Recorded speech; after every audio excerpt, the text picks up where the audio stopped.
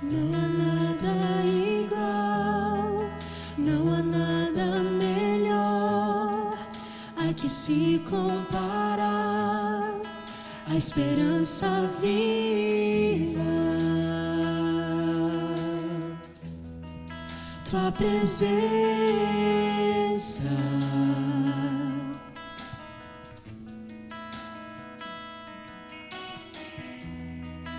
eu provei e vi o mais doce amor que liberta o meu ser e a vergonha desfaz. Tua presença,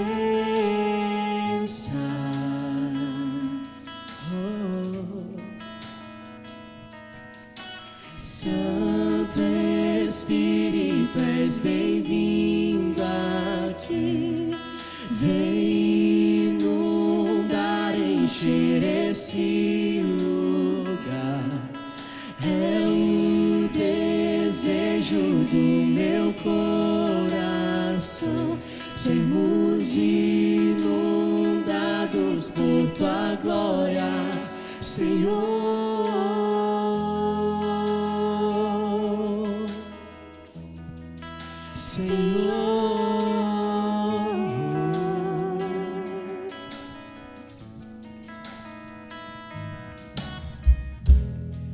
Não há nada igual, não há nada melhor a que se comparar, a esperança viva. Tua presença, tua presença,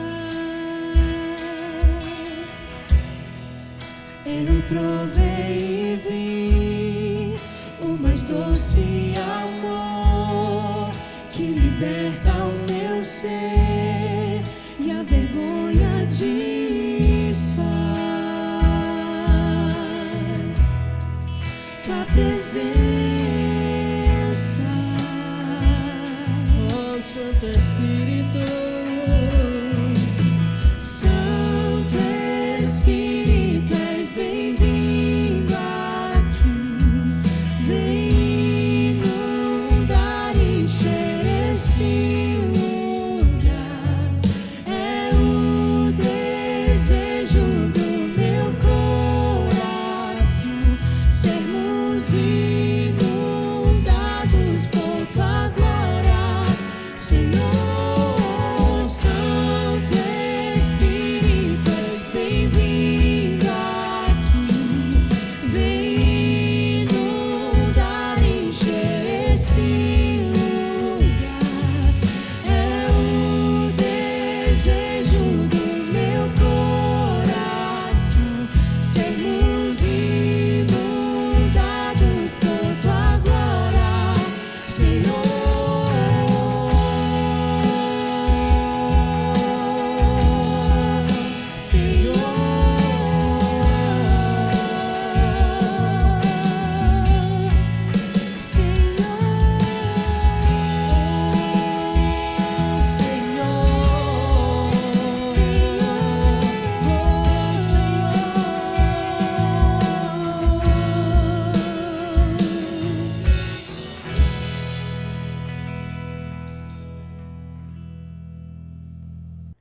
Eu quero saudar você nesse domingo com a graça e a paz de Cristo Jesus.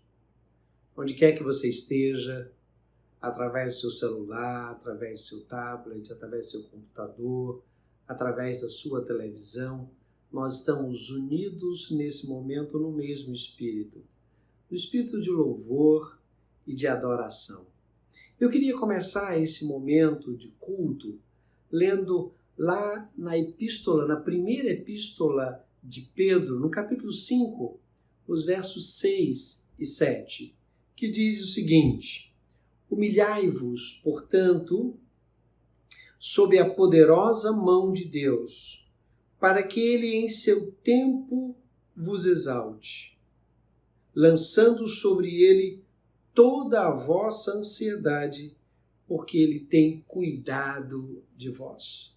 Mais do que nunca, esta é uma palavra que deve nos encher de esperança. Humilhar-se debaixo da potente mão de Deus, da poderosa mão de Deus, sabendo que a mão de Deus está sobre nós.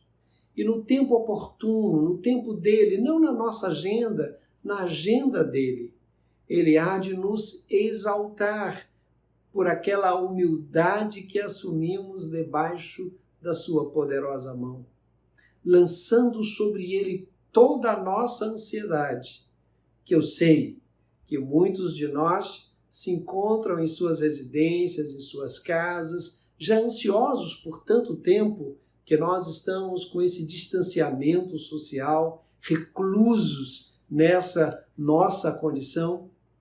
Mas esse é o momento de nós lançarmos sobre ele toda a nossa ansiedade, porque ele tem cuidado de nós. Ele tem cuidado de você, ele tem cuidado de mim, a despeito de todas as lutas e dificuldades que nós temos enfrentado. Vamos orar?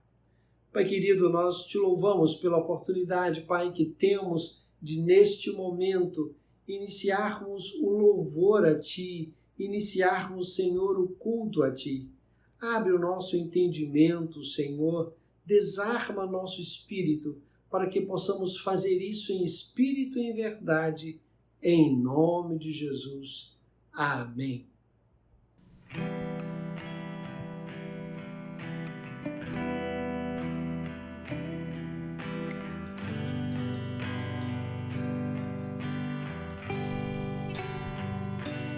Todo ser que vive, louve o nome do Senhor.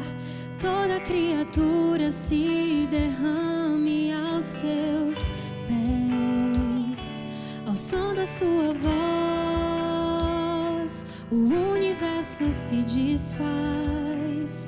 Não há outro nome comparado ao grande eu sou. E mesmo sendo pó, com tudo que há em mim, confessarei que céus e terra passarão, mas o teu nome é eterno. Todo joelho dobrará ao ouvir teu nome, teu santo nome.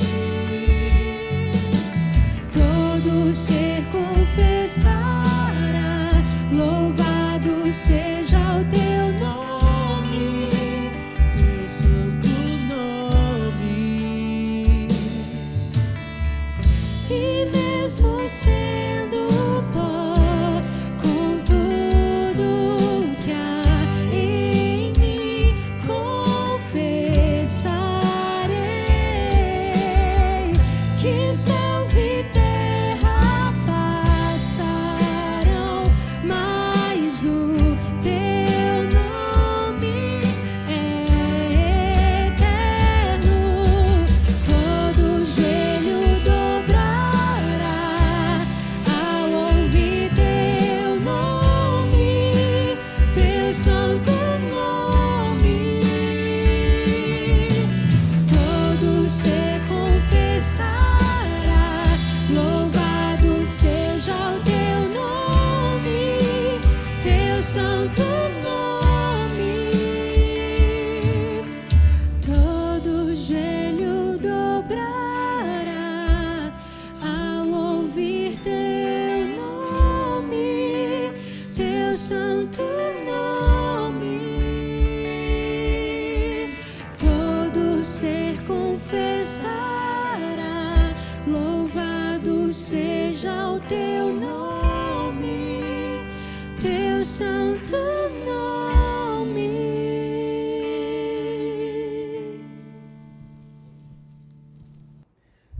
Temos algumas poucas comunicações a fazer aos irmãos. Esta semana nós tivemos uma reunião remota com o conselho, através de uma plataforma na internet, uma reunião que foi mais informativa, que nós temos feito algumas coisas e aproveitado esse tempo quando os nossos templos, né, o templo e o CCI estão sem atividades. Nós já fizemos e concluímos a reforma dos banheiros do térreo com acessibilidade.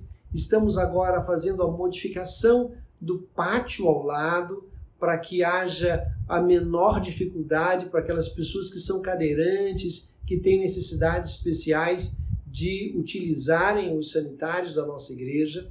Também nós tivemos uma dificuldade com essas chuvas, caiu uma parte do forro lá do CCI, nós vamos precisar fazer algumas mudanças. Nós pintamos todo o templo, os irmãos já vão encontrar o templo pintado. Então nós temos feito algumas coisas, aproveitado esse tempo para isso.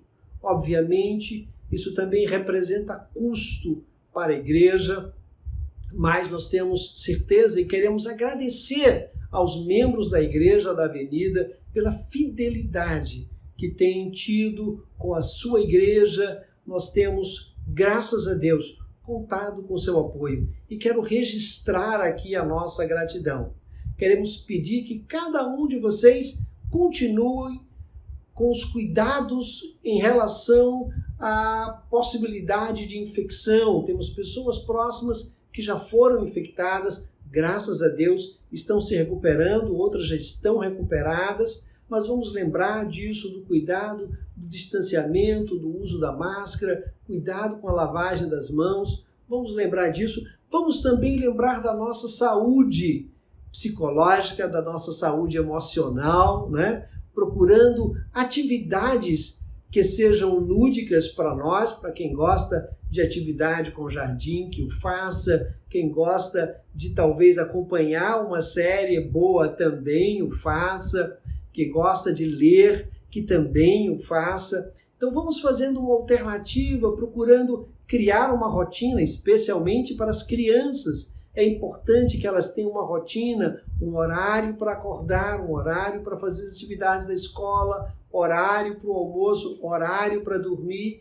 né? Vamos lembrar disso para que elas se sintam seguras. Essas rotinas ajudam as crianças a se sentirem seguras. Eu sei que tem sido momentos difíceis para muitos de nós, mas sabemos que devemos colocar a nossa ansiedade nas mãos do Senhor, né? Porque Ele tem cuidado de nós. Então vamos tomar também os nossos cuidados. Temos tido também a assistência social bastante ativa na nossa igreja, temos ajudado muitas pessoas com cestas básicas. Queremos também louvar e agradecer aqui as atividades dos jovens no levantamento desta campanha. Muito obrigado a cada um de vocês. Muitas famílias têm sido abençoadas, né? Isso é importante. Queremos também lembrar das atividades da EBD, que continuam acontecendo através das plataformas. Também a Conexão Jovem continua acontecendo.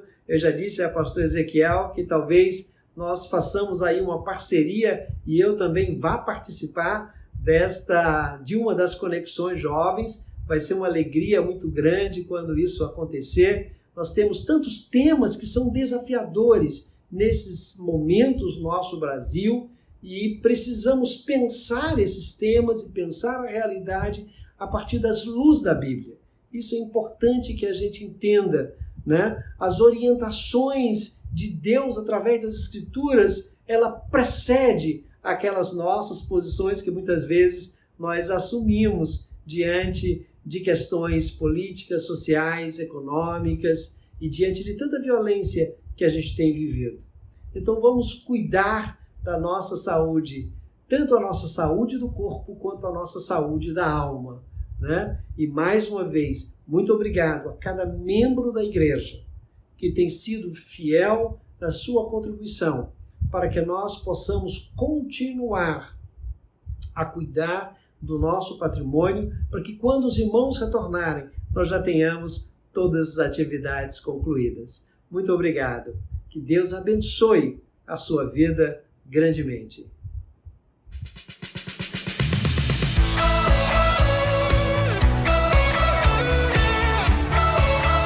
Transforme o mundo com a alegria de Jesus. Este é o tema da campanha de missões mundiais para o ano de 2020. Você sabe, a alegria é uma marca distintiva daquele que serve a Jesus Cristo. Toda pessoa que conhece a Jesus Cristo tem razão para se alegrar. A razão é a presença do Senhor na sua vida. Filipenses capítulo 4, versículos 4 e 5, nos diz que devemos nos alegrar no Senhor e que a nossa amabilidade deve ser conhecida por todos para que saibam que perto está o Senhor. A amabilidade é a forma como nós nos relacionamos com as pessoas. Quando somos alegres, nós tratamos melhor as pessoas, nós as fazemos serem mais bem aceitas, nós as acolhemos com a nossa alegria. Ao expressarmos a nossa alegria em servir a Cristo, as pessoas podem ver a nossa amabilidade e entender o amor de Deus. A transformação do mundo se dá pela anunciação da volta de Cristo, da anunciação do seu ministério de transformação, de salvação e do seu retorno. Por isso estamos alegres, porque Ele está voltando, porque perto está o Senhor. Perto porque está em nós e podemos anunciá-lo com alegria, mas perto também está porque a sua volta é iminente. E por que podemos afirmar que a sua volta é iminente? Porque Ele próprio nos disse que quando o Evangelho do Reino for pregado a todos os povos, então virá o fim. A nossa alegria também é porque Ele está voltando. Isso deve nos mover a fazer um esforço ainda maior para que esta volta seja anunciada e celebrada por todos. Transforma o mundo com a alegria de Jesus.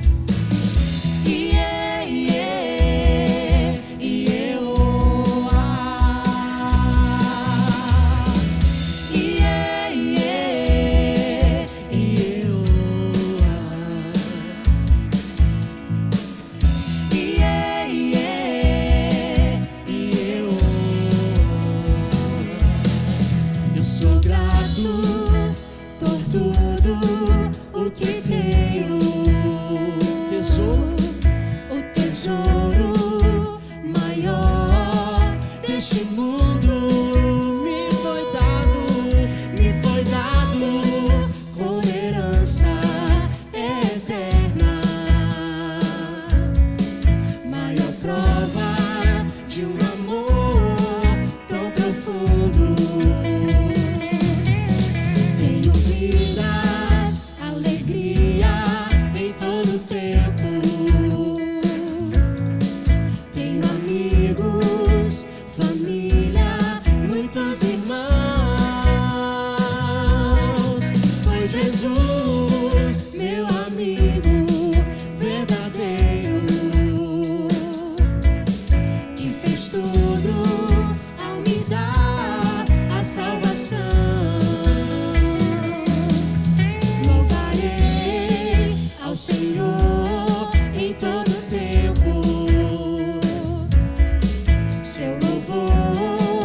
estará continuamente em meus lábios e também no meu coração. Jesus Cristo será sempre minha canção.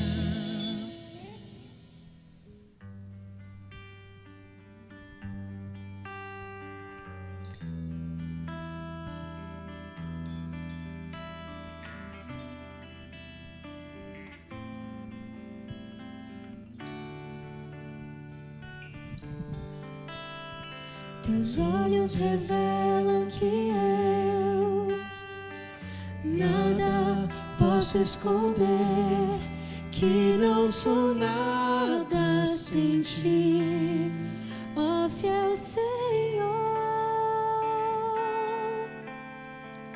Tudo tu sabes de mim, quando sondas meu coração. Tudo tu podes ver bem dentro de mim. Leva minha vida a uma só verdade, pois quando me sondas, nada posso ocultar.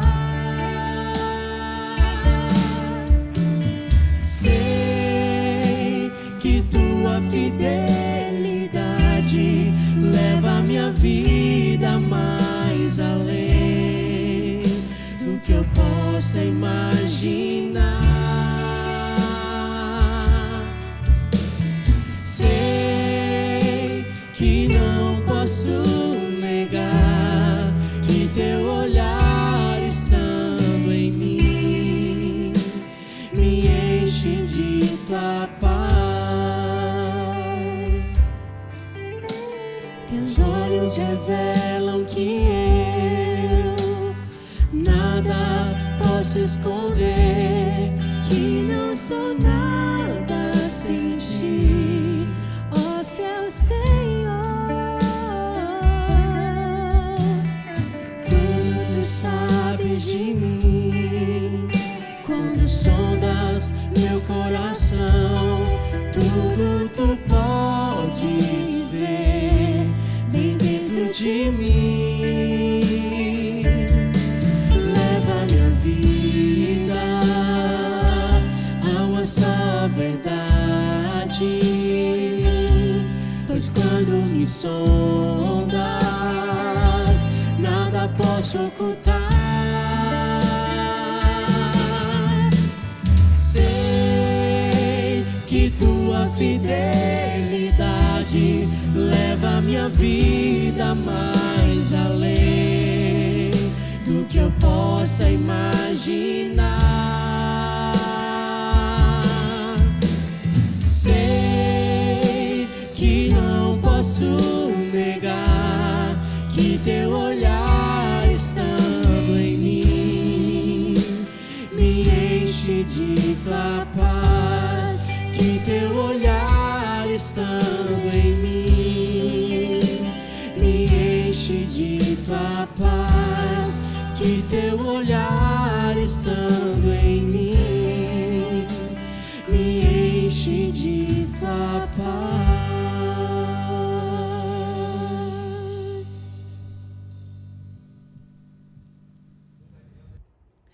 Eu quero lhe convidar a abrir a sua Bíblia ou acessar a sua Bíblia no Evangelho de Mateus, capítulo 23.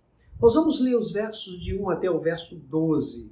É um texto relativamente longo, mas é importante que a gente leia para que a gente tenha uma perspectiva melhor daquilo que Jesus tenta ensinar aos seus discípulos e às multidões. Capítulo 23 do Evangelho de Mateus, a partir do verso 1, diz assim: Então falou Jesus a multidões e aos seus discípulos. Na cadeira de Moisés se assentaram os escribas e fariseus. Fazei e guardai tudo quanto eles vos disserem, porém, não os imiteis nas suas obras, porque dizem e não fazem. Atam fardos pesados e difíceis de carregar e os põem sobre os ombros dos seres humanos, dos homens, entretanto, eles mesmos nem com o dedo querem movê-los. Praticam, porém, todas as suas obras com o fim de serem vistos dos homens, pois alargam os seus filactérios, alongam as suas franjas. Amam o primeiro lugar nos banquetes e as primeiras cadeiras nas sinagogas, as saudações nas praças e o serem chamados de mestres pelos homens. Vós, porém, não sereis chamados mestres, porque um só é vosso mestre, e vós todos sois irmãos. Ninguém sobre a terra chameis vosso Pai, porque só um é vosso Pai, aquele que está nos céus. Nem sereis chamados guias, porque um só é vosso guia, o Cristo. Mas o maior dentre vós será vosso servo. Quem a si mesmo se exaltar será humilhado, e quem a si mesmo se humilhar será exaltado. É muito interessante a maneira e na perspectiva das leituras que nós vamos fazendo dos evangelhos, vai ficando cada vez mais claro para mim que Jesus recebia todos aqueles que o buscavam, independente da sua condição social, independente da sua condição de saúde, independente do seu equilíbrio, independente da sua condição intelectual. É interessante que os evangelhos de Mateus, Marcos e Lucas mostram de maneira muito clara a relação de Jesus com os fariseus. E como nós já chamamos a atenção, há situações que são situações íntimas da relação dos fariseus com o grupo de Jesus, porque eles participavam dos banquetes, eles participavam dos ensinos, eles participavam do dia a dia dos discípulos. Mas também há um outro lado. Tanto os fariseus conheciam bem a dinâmica da escola de Jesus, quanto Jesus conhecia muito bem a dinâmica dos fariseus. E ele faz algumas observações que são princípios fundantes, são princípios muito mais estabelecedores de regência, de direção, de caminhada, do que qualquer outra coisa. E ele chama as multidões, e o texto faz uma distinção entre as multidões e os discípulos de Jesus. Nem todos os que estão perto de Jesus são discípulos de Jesus. Às vezes, são pessoas que fazem parte da multidão. Eles estão perto por algum interesse, eles estão perto por alguma coisa que podem ganhar, por alguma coisa que podem receber, por alguma coisa que podem obter naquela relação com Jesus. Talvez uma cura, talvez a multiplicação dos pães, tantas coisas, tantos ensinos maravilhosos, mas ensinos que não significam compromisso real de vida. Os discípulos eram aquele grupo que seguia Jesus, tentando não somente entender o que Jesus dizia e fazia, mas tentando imitar o que Jesus dizia e fazia. O que não é fácil. Não é muito fácil ser discípulo. É mais fácil ser multidão, porque a multidão Ela frequenta, na verdade, a igreja como se frequenta um supermercado. A gente vai ao supermercado e procura na prateleira aquilo que nós necessitamos. E depois de adquirir, de pegar aquilo que nós necessitamos no supermercado, passamos no caixa e deixamos o supermercado. A multidão faz isso com a religião. Ela procura até mesmo uma relação com Cristo, mas ela procura uma relação com Cristo buscando atender tão somente uma necessidade. Não há relação do compromisso, não há relação do aprendizado, não há relação do conhecimento efetivo de Cristo Jesus. É mais ou menos como alguns que sequer se importam em conhecer efetivamente os ensinos de Jesus. Simplesmente se satisfazem em ouvir uma pregação, mas não se debruçam realmente na reflexão.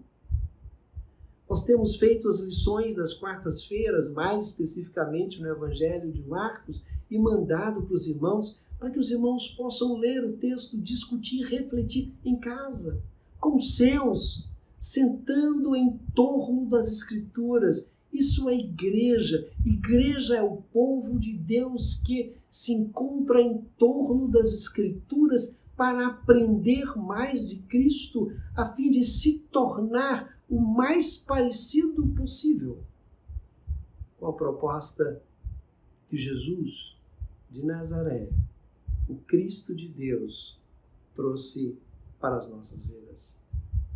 Nós temos um terceiro grupo, que é o grupo dos fariseus. O grupo dos fariseus era um grupo muito interessante, porque era um grupo intelectualmente muito bem estabelecido. Jesus vai dizer: quem ocupa hoje a cadeira de Moisés, quem sabe exatamente os ensinamentos de Moisés, são os fariseus e os escribas, ou são eles. Eles conhecem profundamente os mandamentos de Deus. Não deixem de ouvi-los. Mas há um detalhe que é importante: não o imitais. Ouçam o que eles dizem, mas não façam o que eles fazem. Ouçam o que eles dizem, mas pensem duas vezes. Apliquem aquilo que eles dizem à vida, mas não façam como eles. E aí Jesus vai descrever algumas coisas que são fundamentais, algumas coisas que são básicas, feitas pelos fariseus e pelos escribas. A primeira delas é que elas atam fardos pesados e difíceis de carregar sobre os ombros dos homens. Essa é a primeira coisa.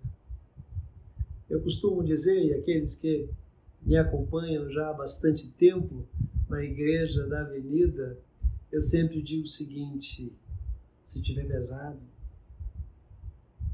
você está com a mochila errada. Porque o jugo que Cristo nos deixou é suave.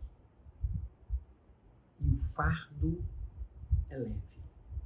O que machuca o ombro da gente é a cruz. Mas a cruz são as consequências naturais que nós assumimos quando nós decidimos seguir a Jesus. Quem nos impõe a cruz é o mundo. Quem impôs a cruz a Jesus foi o Império Romano. Não foi escolha. A cruz nos é imposta. É por isso que Jesus diz: meu jugo é suave e o meu fardo é leve. Qualquer religião, inclusive a religião cristã, se ela não for reflexo da espiritualidade, ela nada mais é do que ritos vazios, sem o menor sentido. Eu chamo a atenção a isso, Porque Jesus critica os fariseus de colocarem fardos pesados e difíceis de carregar. Que eles não querem ter o menor esforço nem para mover um dedo para aliviar. E lembrem-se do texto que nós lemos no começo deste culto. Humilhai-vos debaixo da potente mão de Deus, para que Ele, a seu tempo, em tempo oportuno, no kairós dele, vos exalte. Lançai sobre Ele toda a vossa ansiedade, porque Ele tem cuidado de vós. Os fariseus colocam um jugo pesado, colocam atividades e exigências religiosas que nem eles mesmos conseguem carregar.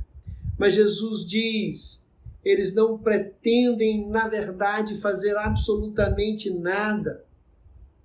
Eles querem chamar a atenção. E Jesus faz duas críticas. Quem conhece bem Israel, quem já foi muito a Israel, com certeza já viu isso, né? Os judeus, eles usam os filactérios, são umas caixinhas que eles colocam aqui e eles amarram também nos seus braços. E dentro dessa caixinha tem especialmente lá o texto de Deuteronômio 6:4, Shema Israel, Adonai Eloheinu, Adonai Echad. Ouve Israel, o Senhor teu Deus é o único Senhor. E eles fazem isso nas praças. Jesus chama a atenção que os fariseus fazem isso para serem vistos.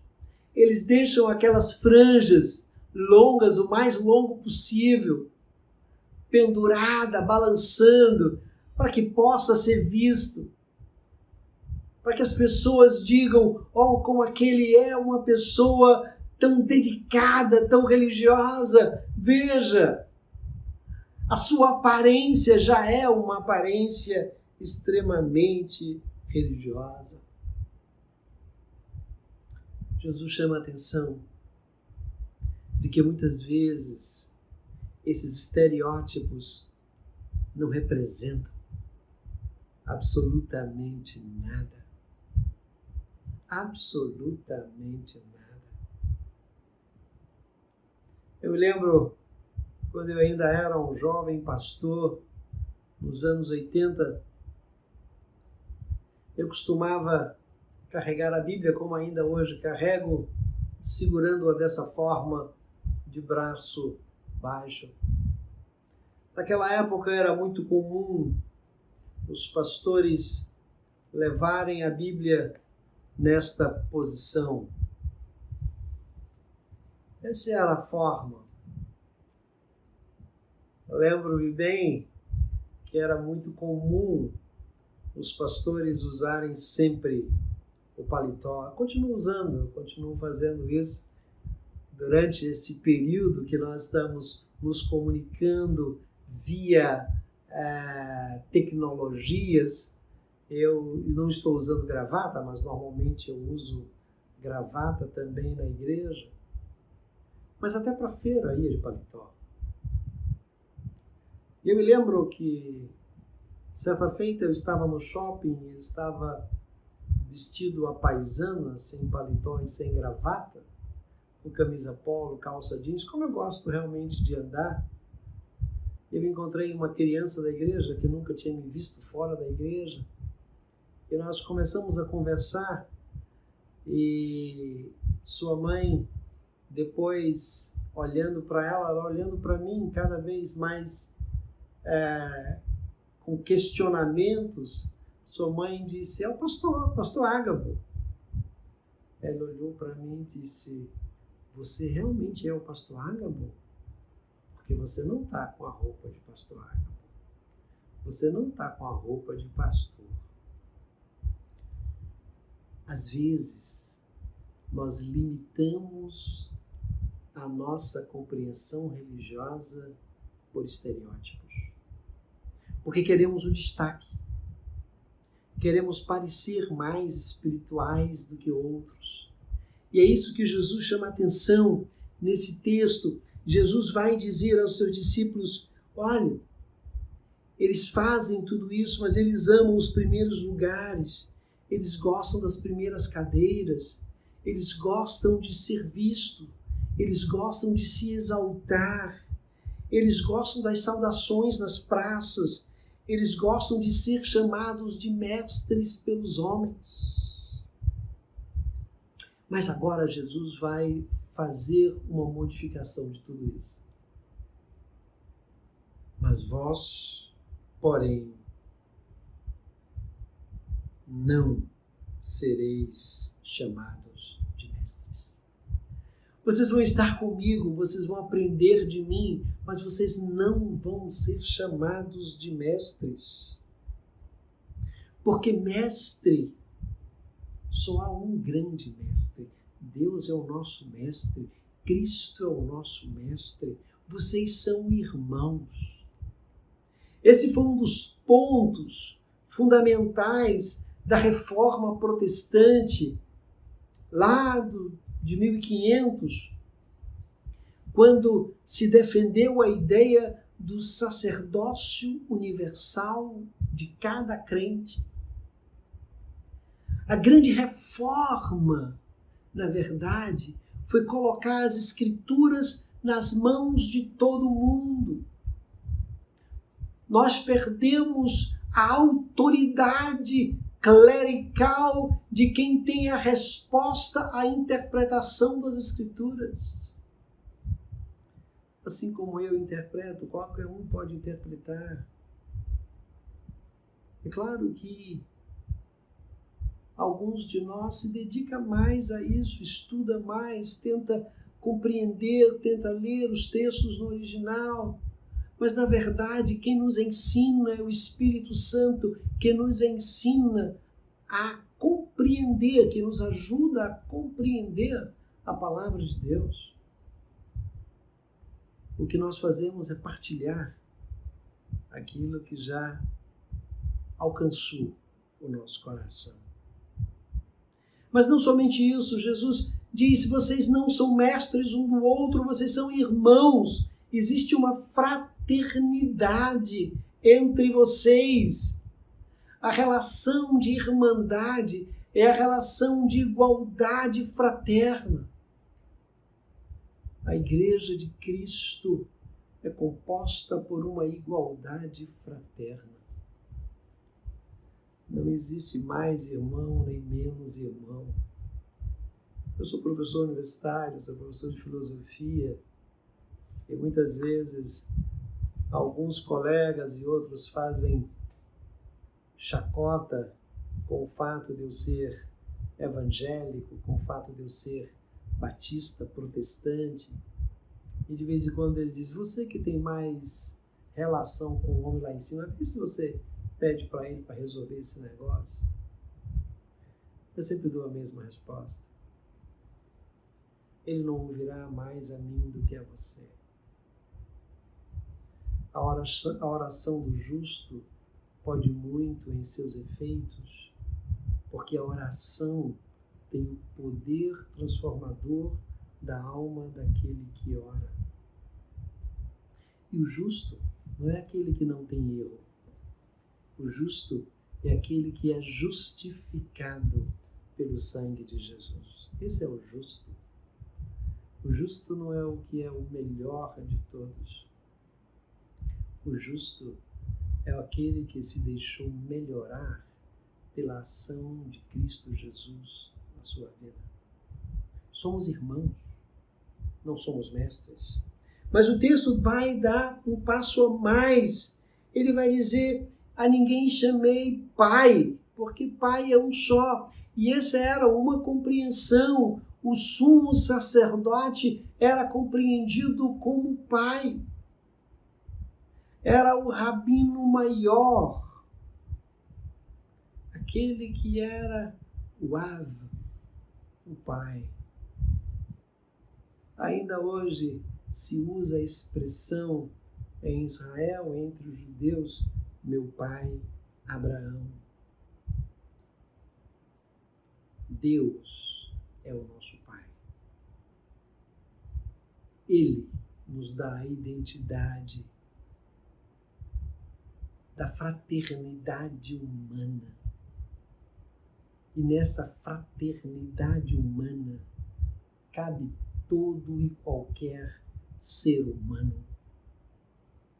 Somos irmãos.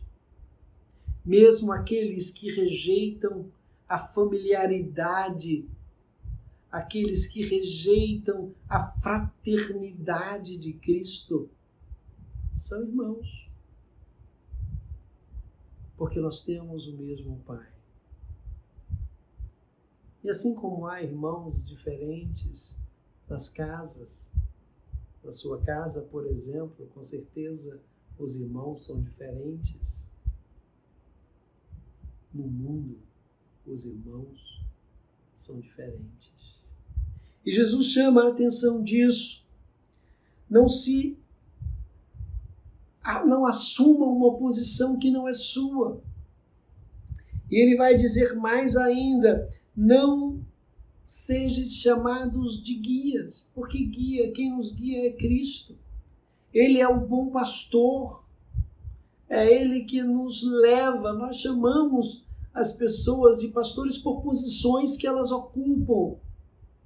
Mas o bom pastor que dá a sua vida pela ovelha é Cristo Jesus. É Cristo Jesus.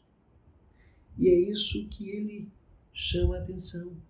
Mas ele encerra esse texto, Jesus encerra essa fala para mim de uma maneira muito contundente, muito forte. Ele diz, quem quiser ser o maior, não procure primeiros lugares. Quem quiser ser o maior, não assuma estereótipos. Quem quiser ser o maior, não se arvore de ser servo, de ser pai ou de ser guia. Ou melhor, não se arvore de ser mestre, pai ou guia. Mas quem quiser ser o maior, seja aquele que serve. E aqui é interessante porque Jesus usa a palavra diáconos. Existem duas palavras para servo ou escravo, né? Doulos seria a palavra para escravo, que nós traduzimos como servo também. Mas aqui a palavra diáconos é aquele que está a serviço. A pergunta fundamental neste contexto é: a serviço de quem você está? Quando você está na igreja, quando você está fazendo alguma coisa, você está a serviço de quem? A serviço das pessoas? A serviço do pastor? Ou a serviço de Deus? Porque todas as vezes que você serve a Deus, você serve a todas as pessoas ao seu redor. O que você espera quando você está a serviço? O aplauso? O reconhecimento? O destaque? Ou você espera que o serviço seja feito? E que aquele serviço seja abençoador para aqueles que estão ao seu redor? E ele vai dizer mais: quem a si mesmo se exaltar será humilhado, e quem a si mesmo se humilhar será exaltado. Eu aprendi no meu trajeto de existência uma das lições mais importantes para mim. O humilde nunca será humilhado. Todas as vezes que você se sentir humilhado, olhe para dentro de você mesmo. Porque alguma coisa desandou em você. Todas as vezes que você se exaltar, em algum momento você será humilhado. Provérbios vai dizer que a arrogância precede a queda. Quem leu conosco o primeiro tomo do livro de Isaías, até o capítulo 39, viu isso de maneira muito clara. E Jesus vai dizer: não se exalte. Não se exalte, porque você vai ser humilhado. Mas se você mesmo se humilhar, você será exaltado. O problema não é as pessoas nos exaltarem, o problema é nós nos exaltarmos. Porque nós sabemos exatamente quem nós somos. As pessoas não sabem.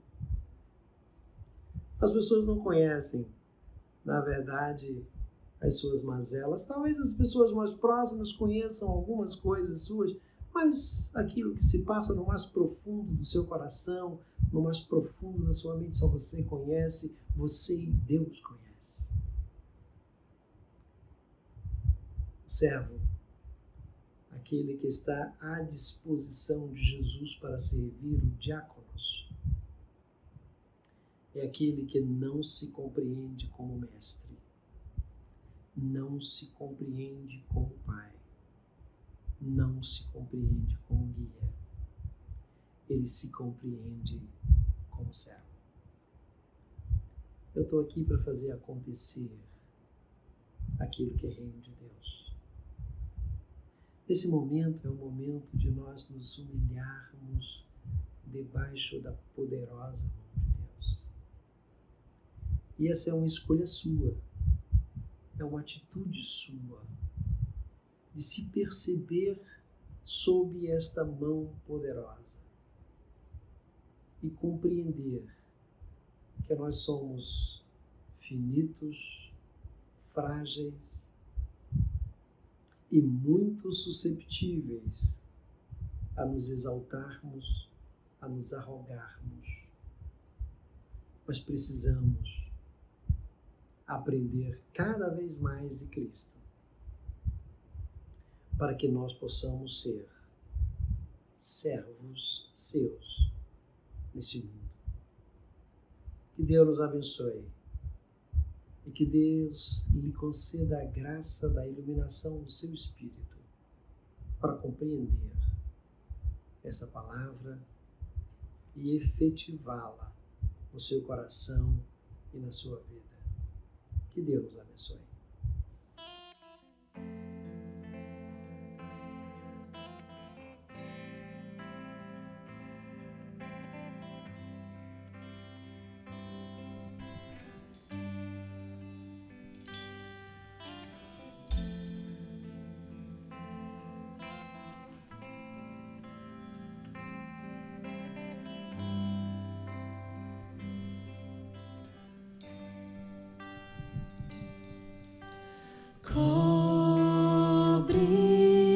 Cobre-me com tuas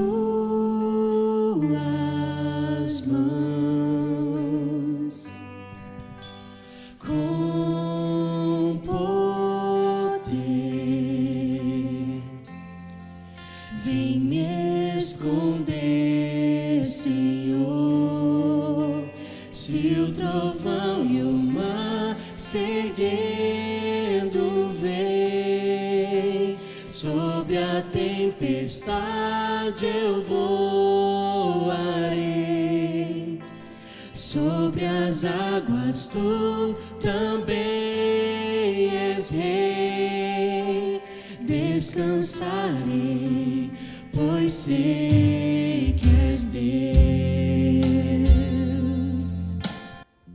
Estamos encerrando este culto desta forma ainda.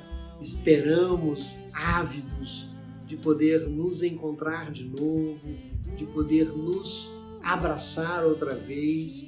E, por certo, esse momento vai chegar e vai chegar o mais rápido possível. Essa tem sido a nossa oração. Queremos deixar com você uma palavra de confiança no Senhor. Entrega o teu caminho ao Senhor, confia nele e o mais ele fará. O bom domingo, muita graça e alegria na vida de cada um de vocês. Senhor Deus, nós te louvamos pela oportunidade que temos da partilha da Tua Palavra. Pai querido, nós te louvamos por este culto, pelo Teu louvor, pela adoração, Senhor.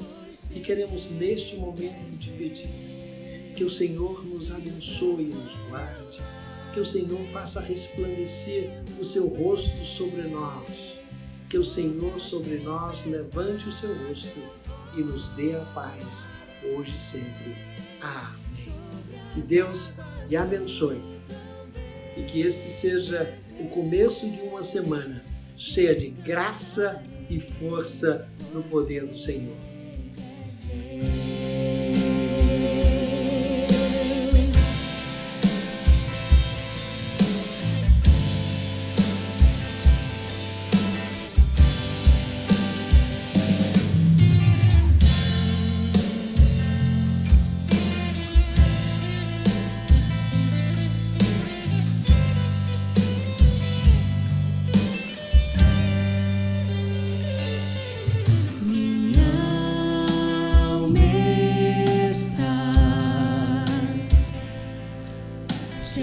Segura em ti, sabe bem que em Cristo firme está. Se o trovão e o mar se erguendo vem sobre a tempestade, eu voarei sobre as águas, tu também és rei. Descansarei, pois sei que és Deus. Se o trovão e o mar se erguendo vem sobre a tempestade, eu voarei sobre as águas, tu